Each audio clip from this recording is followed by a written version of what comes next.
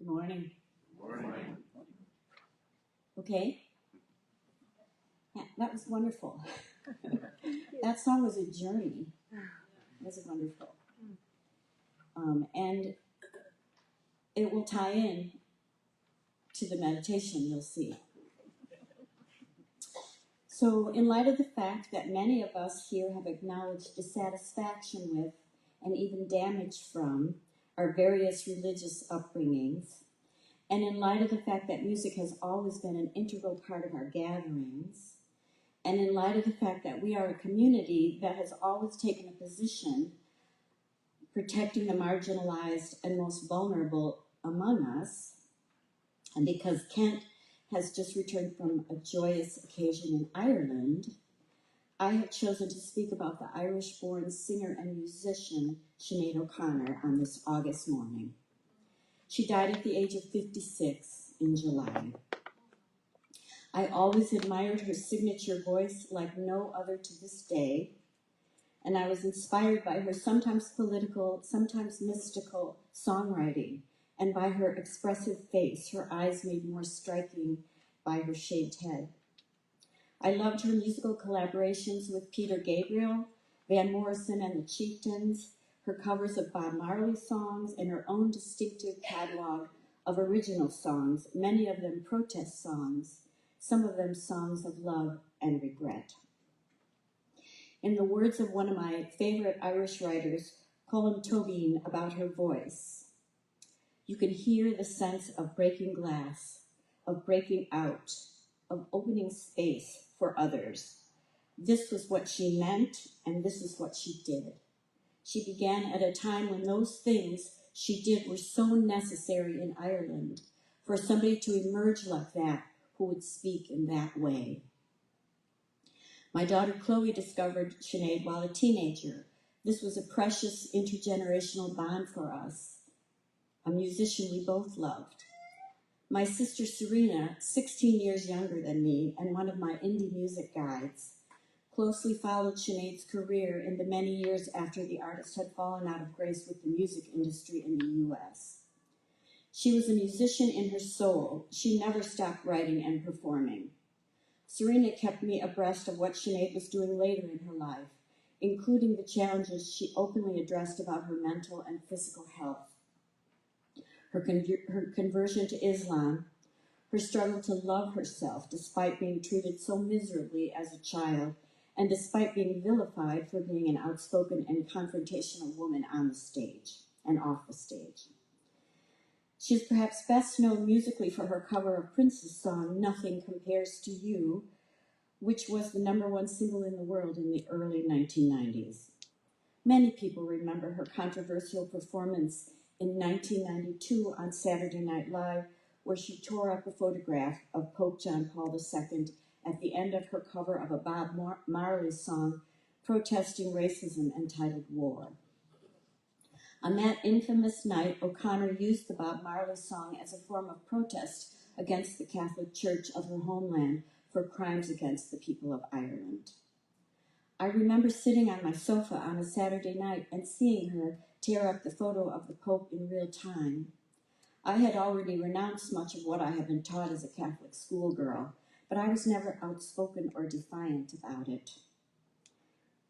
So I was astounded by Sinead's courage and audacity. She was 26. I was in my 40s.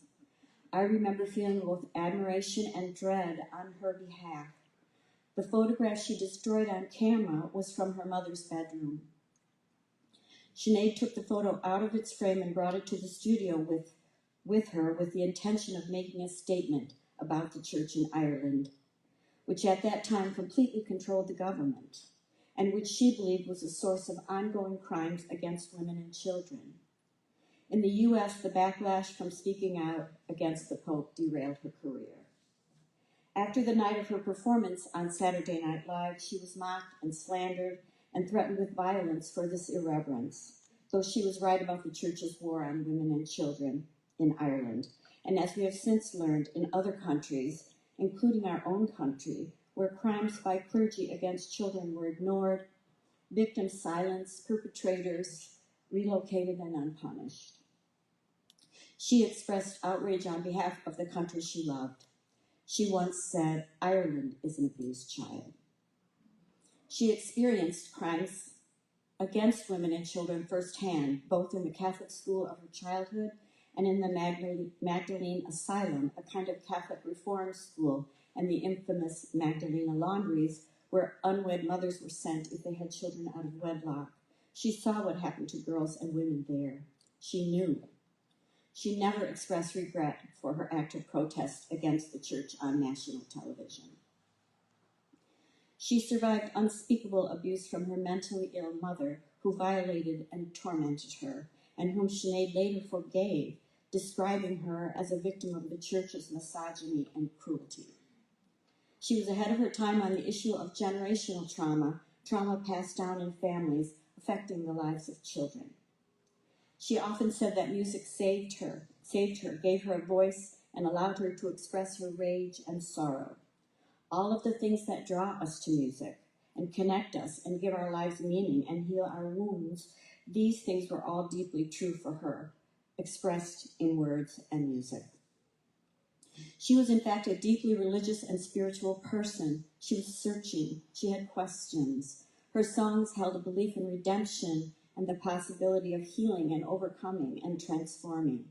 She said in an interview, "We need to rescue God from religion, all religions. Religions have become a smokescreen that distracts people from the fact that there is a Holy Spirit, and that when you study the Gospels, you see the Christ character came to tell us that we only need to talk directly to God. We never needed religion."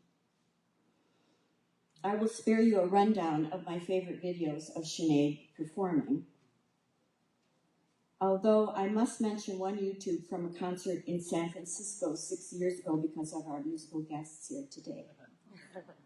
She is wearing a hijab. She seems fragile and stands stiffly with her eyes closed, but her voice is strong.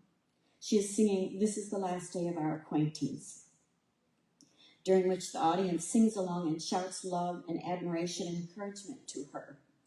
It's such a tribute to San Francisco music lovers.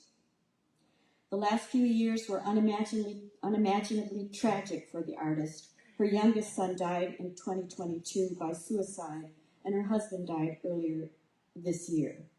One point of light from her last year with us is Sinead's version of the Skye Boat Song, a traditional Scottish ballad about the Isle of Skye that she was commissioned to sing as the opening music for the 7th season of Outlander. It is all the more haunting now. The lyrics go, "Sing me a song of a lass that is gone. Say, could that lass be I? Merry of soul, she sailed on a day over the sea to Skye. Billow and breeze, island and seas, mountains of rain and sun. All that was good, all that was fair, all that was me is gone." Sinead is not gone. Her legacy will live on, hopefully inspiring us to acts of protest, truth-telling, generosity, and forgiveness. Thank you.